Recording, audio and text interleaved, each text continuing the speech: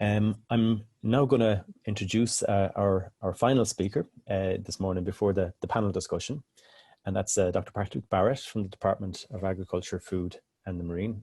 Thank you very much, Patrick, for joining us.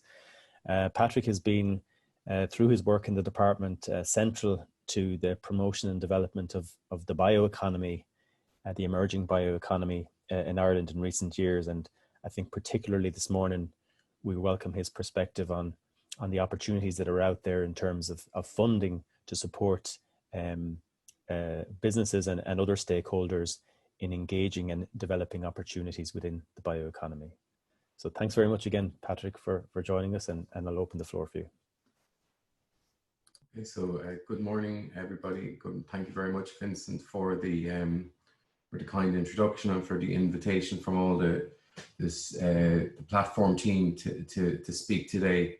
So I would like to just first check that everyone can see the screen and that everything's okay. And if it's all right and I don't hear from anybody, what we would like to do is really just outline, I suppose, not only the funding opportunities, but a little bit around the policy development on the bioeconomy. And of course, the bioeconomy, as you can see from the European Circular Economy Action Plan, is very much viewed as being part of that EU policy jigsaw. And as a forerunner to maybe circular economy developments in Ireland, this policy has sort of taken the first steps. And really the main aim is to capitalize on the biological system in Ireland and to address sustainability and circularity within that.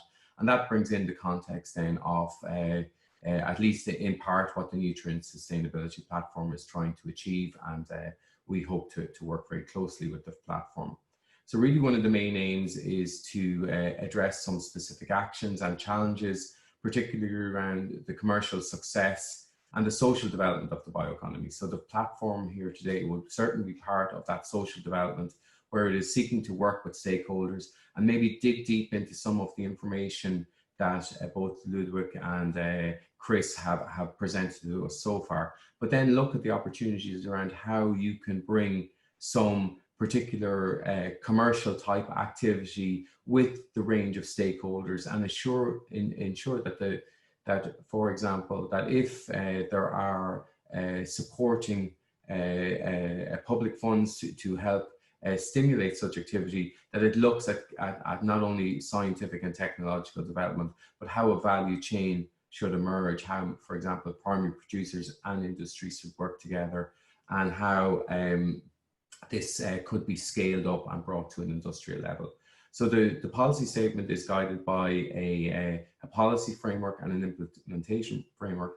And one of the, I suppose, one of the key points we'd like to highlight from the policy framework is the guiding principles. So we're looking at ensuring sustainability, and that any activities that are undertaken are accompanied by life cycle analysis. So we really know the economic, social and environmental benefits of what we're trying to achieve. And also that we look at examining issues such as cascading use, ensuring food first principles and precautionary principles. And really then beyond that, in having an implementation framework, we want to work with the likes of this platform. And what we want to do is ensure coherence and engagement of all key stakeholders. And I'll just explain that a little further in a minute. So really we have 7 or 8 key actions underway, and a lot of them is around ensuring this policy coherence. So for example, our kind of policy implementation group that we'll go into in a little bit in a minute, that works across 11 departments and 8 agencies, will be very interested in hearing the views in terms of what the platform might be saying in terms of policy. But also we have specific actions around looking at the definition of waste and bringing forward risk assessment management protocols, which may help bring materials and particularly biological resources back into use beyond where the processing system has brought them to date. We want to ensure that we help translate research into real-world applications, and we want to ensure that we bring forward leading value chains. And certainly the nutrient value chain is one that we have in our viewfinder. So we're just very briefly, if you read across a multitude of government policy documents, you see the bioeconomy is very well integrated within that system, reflective of the cross-governmental activity.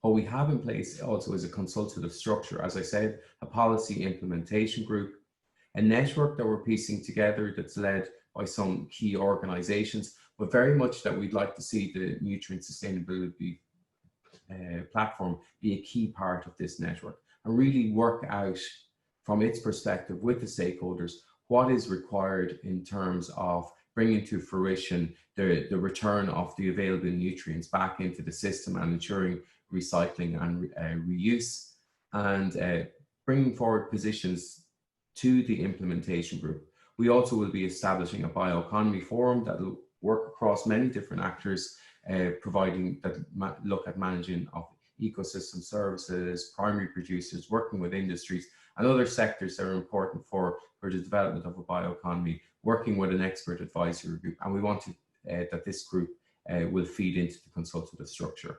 So I suppose it's all about connectivity, and that's where we really want to work with this nutrient sustainability platform to ensure it gets a good footing. As Chris would have mentioned, they need to look at many issues to ensure it stays in place for a long time and can play a really key role in terms of nutrient recovery, and we're willing to work with them on this.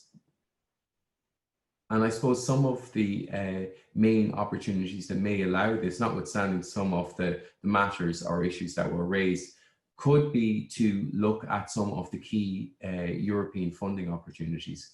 As was mentioned before, LIFE and Horizon Europe, but particularly under Horizon Europe, we probably want to pinpoint the Circular Bio-based Europe funding opportunity, which is going to launch in 2021. And in particular, this is going to be look at how value creation can come from waste and biomass for all the social, environmental and economic reasons that we need to address over the coming period, and that waste can be viewed as something that can provide renewable products and nutrients. So there will be a lot of opportunities, not only for research and innovation, but also for demonstration projects and scale-up opportunities, and also for the production of flagship, which is pre-commercial plant facility development. So this is really key piece of funding infrastructure. And I also want to highlight that there's also a European Circular Bioeconomy Fund, and they are willing to invest in 20 to 25 European industries that are willing to bring forward both waste and biomass for the production of renewable products and nutrients, and providing that sort of finance that may be not necessarily available from most immediately from the private sector. And this funding facility is backed by the European Investment Bank.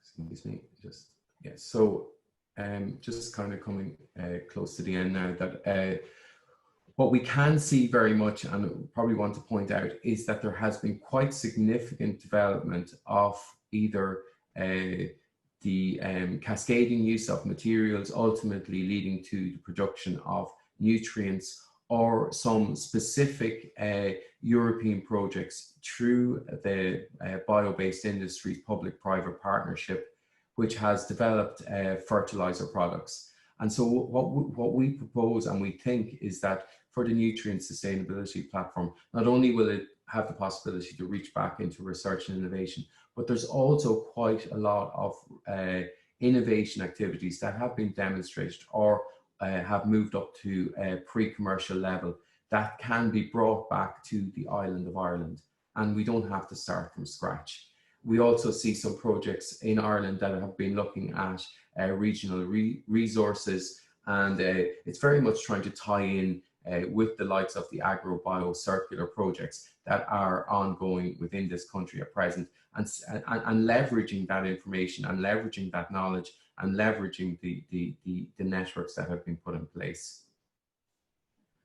I think also from my perspective, when I was reflecting on kind of speaking today, I thought it might be useful to just kind of pinpoint maybe some movements that have been, or funding that has been provided in the EU research and innovation system. And we can see a quite strategic approach being taken since 2018 to try and fund activity in effective nutrient recovery. We can see that in 2018, very much the Commission and funding started by trying to understand what novel fertilizers could be based on, for example, organic resources. They then moved up to a specific innovation axis, which was demonstrating how bio-based fertilizers could be produced from animal manures. They then moved on to how bio-based fertilizers could be produced from byproducts from the agro-food, fisheries, aquaculture, and forestry sectors. And then they moved on to researching back into how bio-based fertilizers could be produced from wastewater and sewage sludge. So very much this information can be something that could be linked into for moving forward in terms of thinking for the nutrient sustainability platform. Also, as was referenced several times today, there's also other types of cluster activities and value chain agreement activities that have been brought forward in other countries, in particularly, for example, this example in the Netherlands, which could provide some pinpoint of the type of proposal that could be received from the nutrient sustainability platform into either a circular economy or a bioeconomy policy platform within Ireland to help move things forward. More specifically, and upcoming in particular later on this year, we will see some significant funding opportunities that are looking to test, pilot, and demonstrate innovative systemic solutions in terms of fertilizers and reducing loss of nutrients from fertilizers. And this is maybe an early opportunity for the nutrient sustainability platform with some of its partners across Europe to look at some pilot applications, demonstration projects. So moving beyond research and into the point where you're working with industrial stakeholders who are willing to invest in either building new demonstration plants or new add-ons to already existing plants for the production of innovation products. And this is all within the idea of ensuring the governance and ensuring that there's a social and a value chain innovation around maybe increasing or reducing and losses around nutrients and development of either inorganic or organic fertilizer products that are not on the market at present. So just to pinpoint, if you really are looking to get involved in some of these opportunities, there will be some sort of information days upcoming, one particularly in the European Union on the 20th to the 24th of September. And you'll see on that day, on the 22nd of September, there is a particular event around nutrient flows within safe ecological limits, and that might be an opportunity. And on a north-south basis, we know that there will be a virtual brokerage event for the European Green Deal call that is just referenced, and that'll be hosted by Enterprise Ireland and Invest Northern Ireland on the 2nd of October. So I think there's several opportunities there for groups to look at what funding calls are available and also to engage and join up in partnerships. So thank you very much, and I hope that was useful in the context of what we're trying to do today.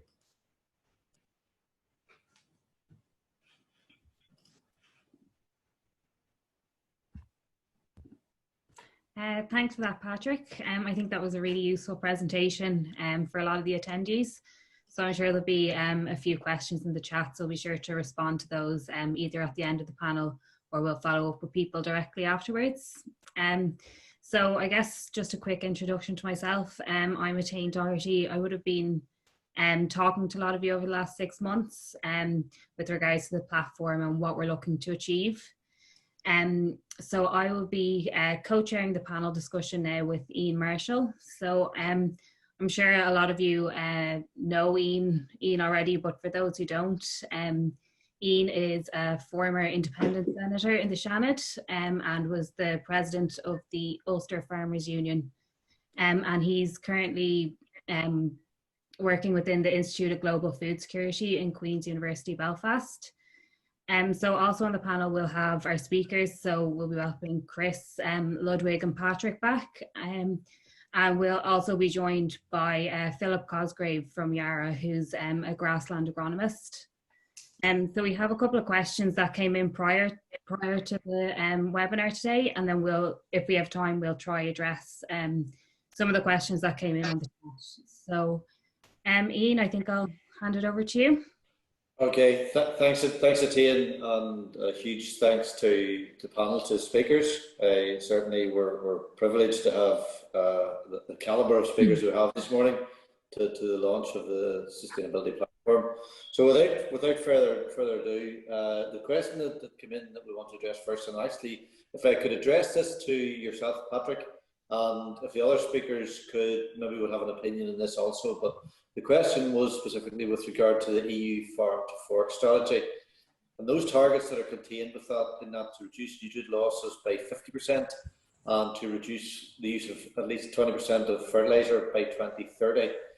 In Northern Ireland, we will not necessarily be bound by these targets, but they do represent areas which will require action. Do you think that such targets as outlined within the farm to fork strategy should be implemented right across the island of Ireland, north and south? So it's to yourself, Patrick, and if the other speakers have an opinion on that, we're happy to hear that. Well, I suppose I can say that they are guiding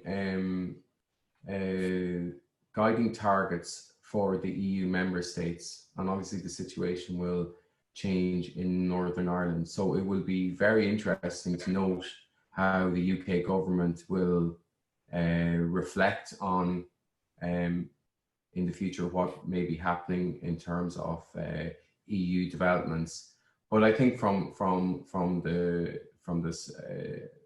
south of Ireland, I think the perspective will be to discuss and work with all the relevant stakeholders to examine what the targets have been put in place, and to determine how to work together to meet the challenges that they will put in front of the way agriculture and food production systems are currently undertaken. And I suppose that I think will bring a sort of a need for the types of discussions that the nutrient sustainability platform will bring forward, in that the research community will have to step forward into the innovation space, and the farming community and industry will have to step back beyond maybe what it's currently doing into the innovation space. And then only by jointly working together will they be able to examine, I suppose, activities to address these challenges. And I think beyond that, then it will be very interesting to note how both the administrations north and south of the island of Ireland then react to the innovation developments. And I think that's where the game will lie, in really exploring these innovation opportunities. Okay, thanks, Patrick. Any other speakers like to make a comment on that? Chris Thornton, maybe just to comment that this will also fit in with developments in the Common Agricultural Policy, where it's anticipated to include the thing called FAST, which is the Farm Sustainability Tool for Nutrients, which will require all farmers to have a balance of nutrients going in and going out. And it will also fit in, obviously, with water policy and the continuing implementation of the Water Framework Directive, which is probably the biggest direct push to limiting fertilizer application, be it organic fertilizers or mineral, and to improving sewage treatment, because many waters across Europe, and I guess it's the same in both islands, are not achieving the objectives of the Water Framework Directive. And Europe has confirmed now that those objectives will be maintained. And that again will be implemented with a local dialogue through the water basin committees and so on, however that's set up locally. So I think the dialogue aspect is critical, but there will be a number of policies pushing to use fertilizers better. And that will also fit in with the overall challenge in food and what people are eating and changing in diet and how you produce. I think there's going to be significant changes there. I know that the fertilizer industry at the European level is fully ready to engage with that. The mineral fertilizer industry, at least the organic fertilizer industry, is not really structured in the same way, but we'll need to engage with that. So I think there will be a combined push from European policymakers and industry to go down that route. And then obviously in terms of the UK, which will have its own regulation, there will also be discussion about the acceptance of agricultural products if the UK isn't applying the same standards. So the UK will be pushed to apply the same standards, be it for animal welfare or environment, because otherwise Europe will be unwilling to accept UK's agricultural exports. So there will clearly be a strong incentive to the UK to have things which are parallel to the UK, to European requirements, which to some extent has been announced as a commitment, as I understand it, by the UK government to not move backwards in terms of environment. So I think we can expect that push to be across agriculture and across water protection. And indeed, the platforms will have an important role in dialogue between industry and farmers. And particularly, I think, with not just the mineral fertilizer industry, but companies and organizations producing things like compost and digestate, which are also important fertilizers and which are less structured as large companies. Okay. Thanks for that, Chris. Another question that actually came in prior to the meeting starting was this one, and I suppose I'll direct this to yourself, Philip, as a company working right across the UK and Ireland. And the question is that Scotland recently legislated for the incorporation of a nitrogen balance sheet to quantify all major nitrogen flows across all sectors, as part of their Climate Change Act 2019. Similar to Scotland, a large proportion of the nitrous oxide emissions across Ireland are actually from agriculture. Do you think that a nitrogen balance sheet should be adopted across Ireland to help monitor and reduce the amount of nitrogen-based fertilisers used in farming? And if you don't, well then why would you not think this should be the case? I think there may well be, I suppose, Merlin, I think this is from an all-Ireland approach rather than just a kind of a Republic of Ireland balance and a separate one to Northern Ireland. But I think there are very good metrics out there at the moment to look at where nitrogen is going in our environment, whether it's been lost as N2O gas, which is a very potent greenhouse gas, or whether it's been lost to water courses or been lost as ammonia gas. So I think both the EPA's report, they publish a number of reports from air quality, or national inventory on greenhouse gases, on water quality reports. So I think as a whole, and the same then applies to institutions in Northern Ireland as well. So we have a good hold on where nitrogen is going in farming and in, I suppose, the economy in general. And yes, N2O in particular, as I just jotted down some figures here, 92% of it comes, if we look at the Republic of Ireland, 92% of it comes from the agricultural sector. And it's basically 11% of our overall national greenhouse gas emissions, and it's around about a third of our agricultural emissions, greenhouse gas or N2O.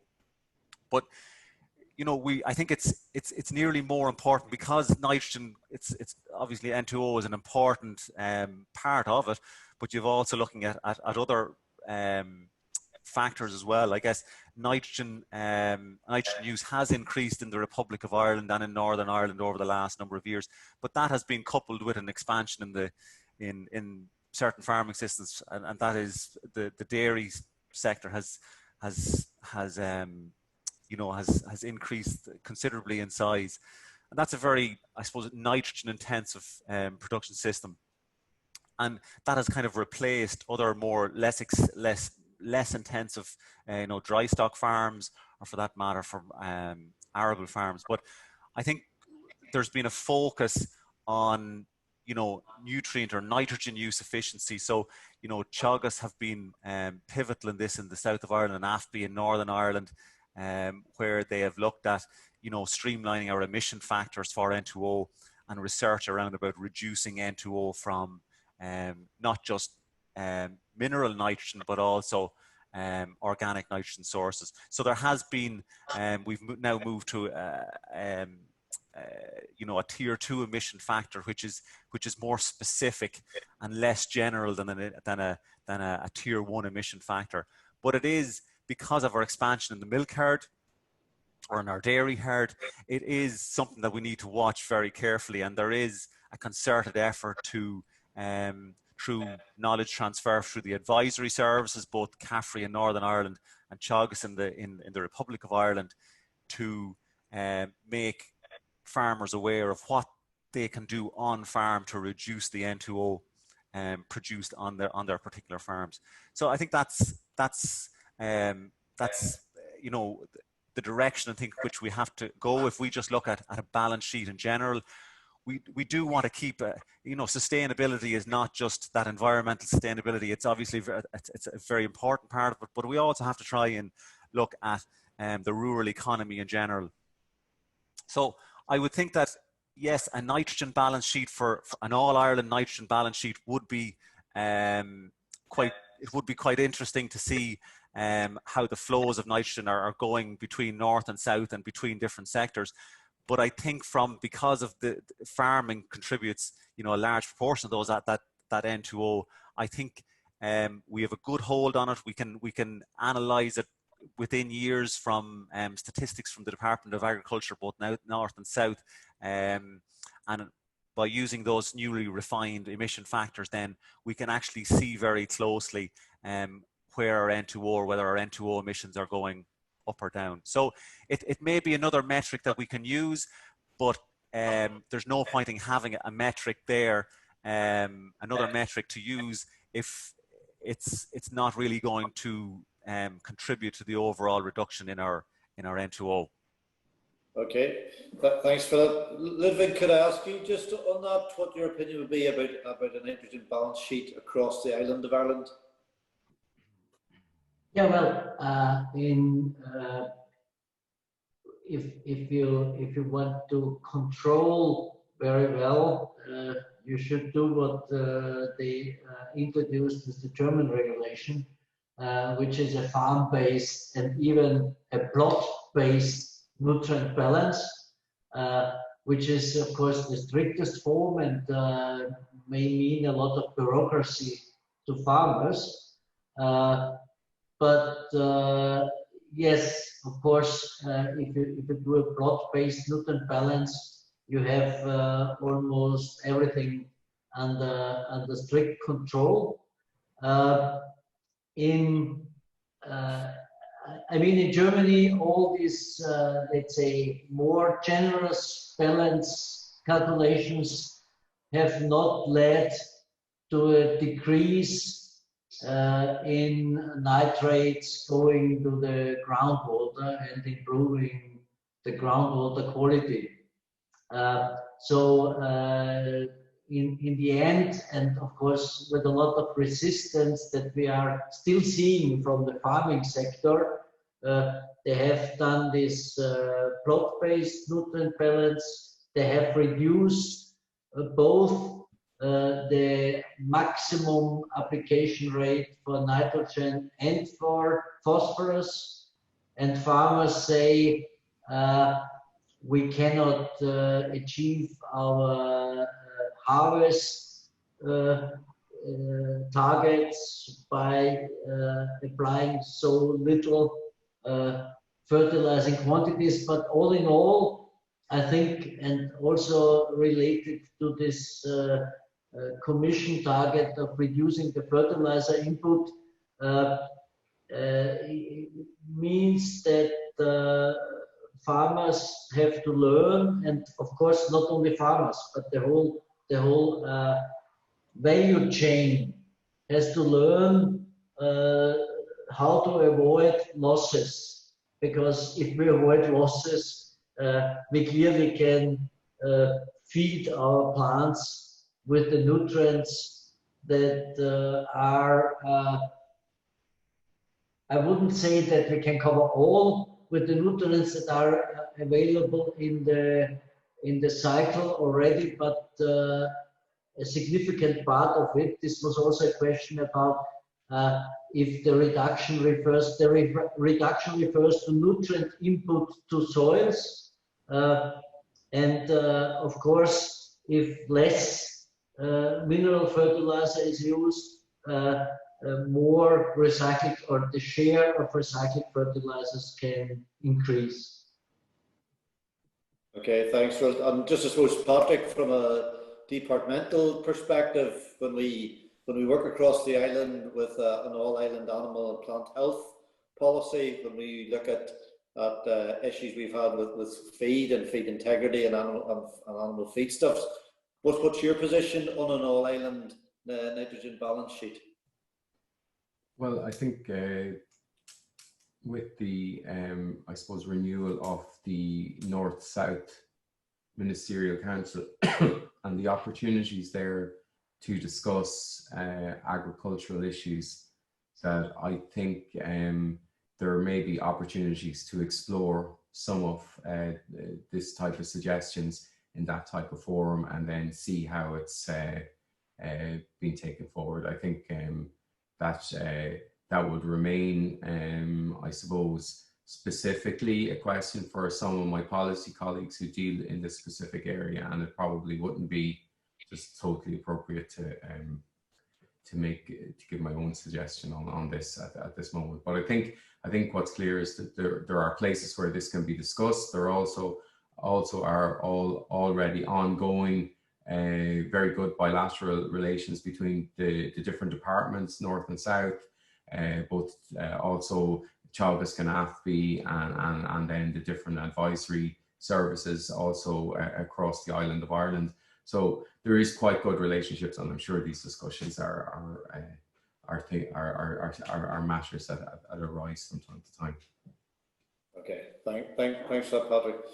I think if we move on, if we consider that the issue of nutrients and nutrient sustainability impacts such a broad spectrum of industries and government departments, and it promotes research and effort amongst many RPOs, and that's, I suppose, evidenced today by the broad diversity of attendees for today's event. And the question, and I probably directed initially to yourself, Ludwig, who do you think should be taking the nutrient sustainability agenda forward across the island? And how can the platform play a role in bringing about consensus? I think it's important that with regard specifically to the platform, if we refer back to Vincent's opening comments, this was about a membership-led, industry-led initiative. It was about creation of a network. Be interested to hear who you think should actually take the lead in this and drive this agenda. Well, I think our European Sustainable Phosphorus Platform, and also country approaches like in Switzerland particularly, have proven that if you really try to find consensus and you invite all stakeholders and you bring them together and you let them discuss the different issues, the likelihood is high that you can find an agreement, because there are only very few people that insist on their, let's say, more or less stubborn old practices. So our experience really has shown that it's not so difficult to come to consensus between stakeholders with totally different interests. Because if you look at our activities where we have governments, regulators, and industry in one group and come to joint position papers. So it proves that you can find consensus. And I think the most important advice that you can follow is that really invite everybody, take everybody's opinion into consideration, and then try to find a common position, and maybe, if necessary, exclude certain controversial points that always arise, but you let them apart and try to get a compromise for the main message or the main activities. And I think this is possible, although it is not easy. And of course, in the European Sustainable Phosphorus Platform, we have these different stakeholders at the European level. I see in some countries, if you go down to national levels, more controversies and less chances to come to joint positions, including Germany, for example, where you have ongoing discussions. And as I said, now you have a lot of protests from farmers. But all in all, yeah, they had to do something because of the contract infringement proceedings. So, okay, this was then superimposed by Europe on the national level. But otherwise, it's of course much better. And I think Ireland is not such a big country, and I see in Switzerland, for example, that they can easily find to bring everybody together, and then they discuss and they finally come to conclusions. Okay, thanks. And I suppose just leading on from that, Chris, to yourself, what do you see coming down the line from Europe in terms of opportunities for the nutrient sustainability platform with regard specifically, I suppose, to the European Green Deal and the UN agenda on sustainable development? You know, where do you see the role for this platform? You know. Well, I think we've mentioned a number of the policies which are coming and which will strongly influence. So yes, as you say, the Green Deal, and within that, the Integrated Nutrient Management Action Plan, because Europe likes coming up with long names for things. And that does include some clear objectives on fertilizers, on nutrient management. But I think alongside that, the two things which will be strongly influential are water policy, which I've mentioned, and continuing pressure to reduce nutrient runoff in order to address eutrophication. And there seems to be unfortunately a general recognition that that is going to get worse with climate change, increasingly frequent, very high precipitation, but at the same time increasing droughts, increasing temperature, possibly for Ireland and much of Northern Europe, are all factors which are likely to increase nutrient runoff and accentuate eutrophication. So at the same time, we've got a regulatory pressure to achieve good quality water status. We know that phosphorus is probably the biggest obstacle to achieving that, and things are going to get worse. So there's going to be strong policy. And then the third thing, I think, which will strongly influence is agricultural policy. So the new Common Agricultural Policy, yes, with the FAST tool, with farm to fork, but also other things such as aquaculture, where there are strong opportunities to develop an efficient production of protein. But at the same time, there will be environmental pressure to improve aquaculture, to reduce losses from fish farms, to improve feed efficiency and so on.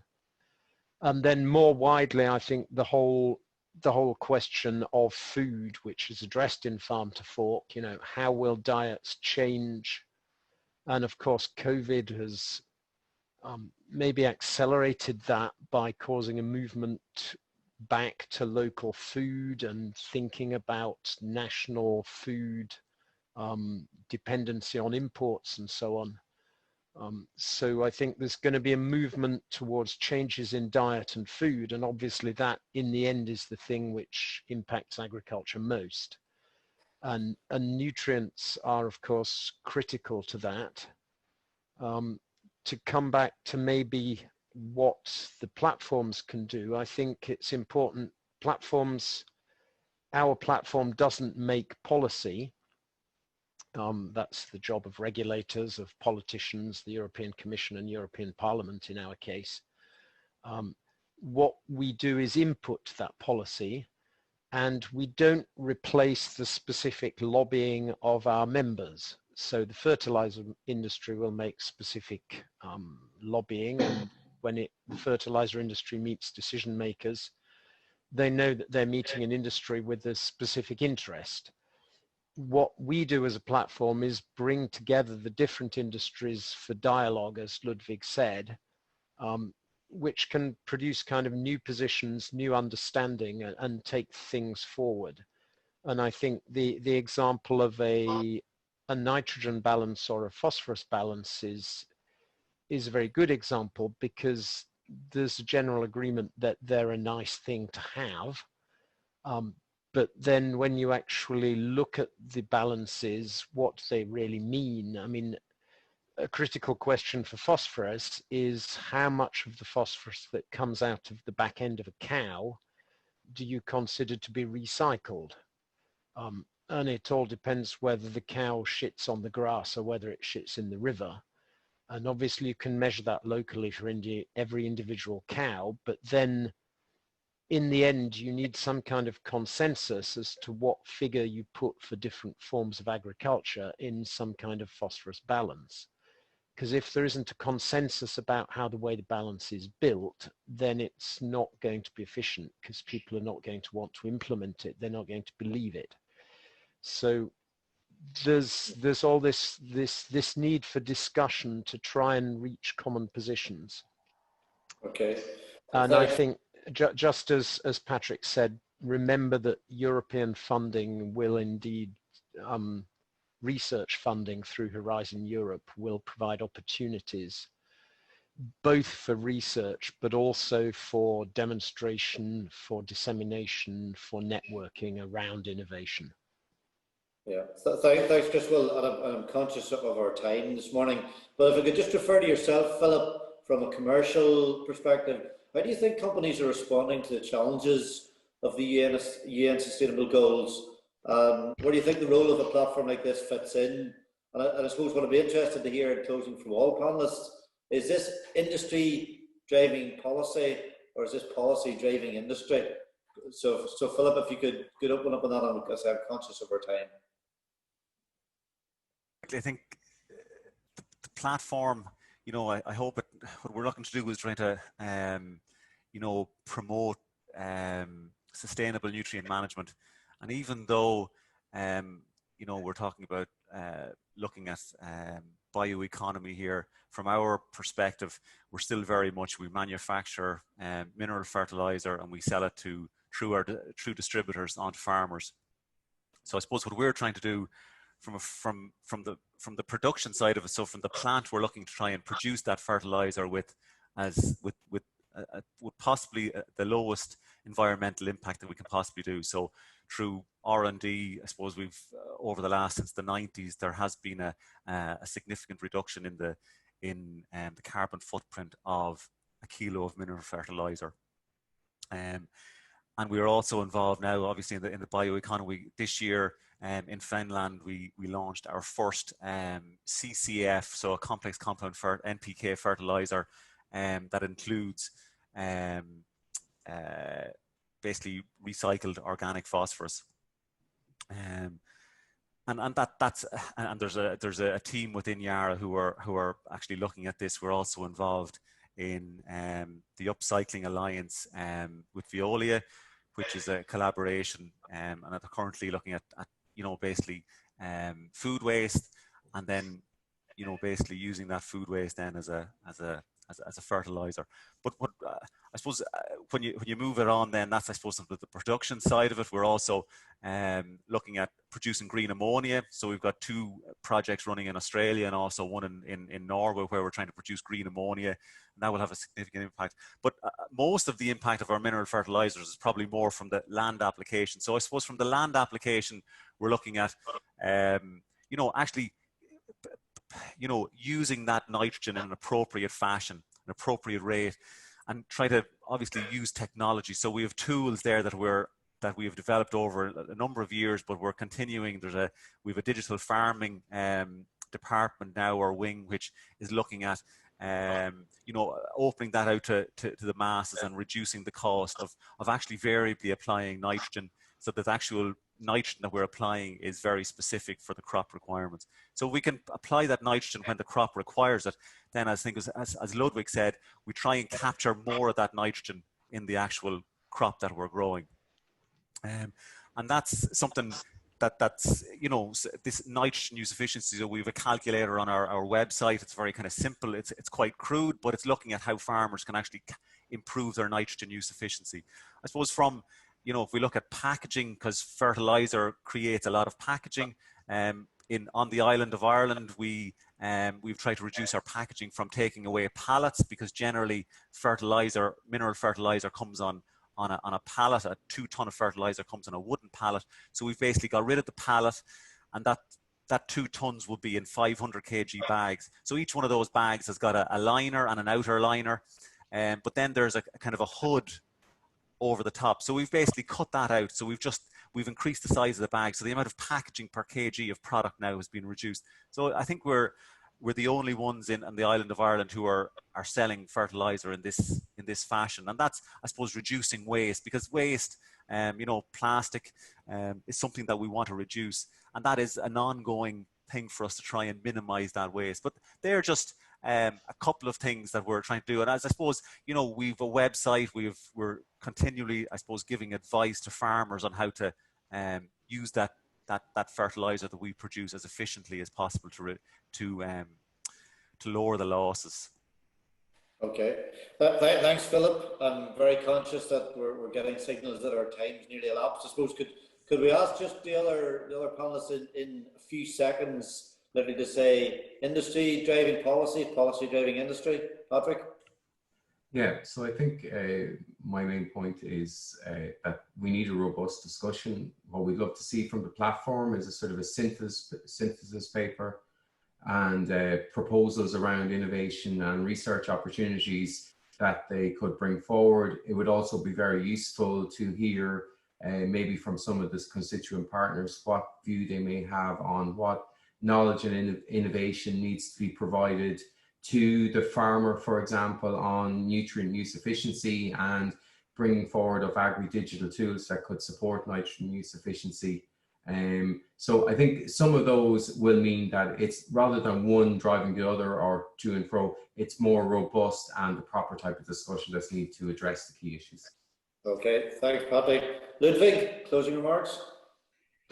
Well, I think typically policy drives industry, but what we can do at this platform level is to include already industry in a sustainability mode of transforming, of developing industry strategies and policies, and not, I mean, the typical positioning that you see is that you have policymakers proposing something and industry frequently being against this and lobbying against it. And what we can try, and what we do frequently achieve, is from the beginning we have a joint position, and we say, okay, this is sustainable, and business compatible, because of course you need to have business compatible solutions. You cannot just say, okay, reduce fertilizer use and you let alone the industry managers that have certain business targets. So you have to include them, and together, and I think we have the tools, and companies are moving towards that direction. When I said in my presentation, we need to come from a material-based to a service-based industry. So service is done by human beings, not emitting. We're always emitting the same amount of greenhouse gases. Of course, increasing the efficiency must also is done by performing services for the farmers, for the farming sector, and this must have a price. This cannot be free of charge. But in the end, if we lose less, if farmers and consumers pay the same price, we use less material. So then we are on the way to decoupling. And just one remark to, we had a discussion about this GDP. Yes, I mean, I presented the past development, so I didn't make any predictions. And regarding the future predictions, we have two groups, a controversial discussion between those that say, okay, we have to continue with our growth strategy, and others say we have to have a totally different economic system. As long as I do not see an economic system that could include all the interests, I tend to stick to our traditional system, where at least I have an idea that going towards services instead of products, increasing the value that every kilogram of product is producing, at least shows me a pathway that is feasible. If we are successful, we'll see. But at least it's not a nonsense approach. Yep, wise words. Chris, maybe. Yeah, maybe just something rather different. In the end, when a platform works, it's mainly about people, and there are a lot of people out there, and I meet them, or at least did in the past, and now I see them on a computer, which is rather different. There are a lot of people who are really motivated and interested in nutrients because they feed people, because they're essential, and also motivated and interested in protecting the environment and the link between nutrients and climate change and eutrophication. And that includes farmers, and many farmers are motivated to protect the environment and to do things better. It includes people in industry, it includes people in regulators and researchers. And I think in the end, the platform is fundamentally about bringing people together to talk about something we're interested in and that we're motivated. And behind that, yes, there's economics, there's industry, there's business opportunities, there's whatever. But in the end, a lot of it's about people. And that is challenged, obviously, by COVID, because we can't meet, and it's not quite the same fun having a webinar as getting together and having a beer. But we've got to keep that there, and in the end, it's the people that make the platform. Okay, thanks, Chris. And on that note about sustainability of Zoom platforms and carbon footprinting, Etienne, could I hand back to yourself and just say a sincere word of thanks to the panel and the speakers, Etienne?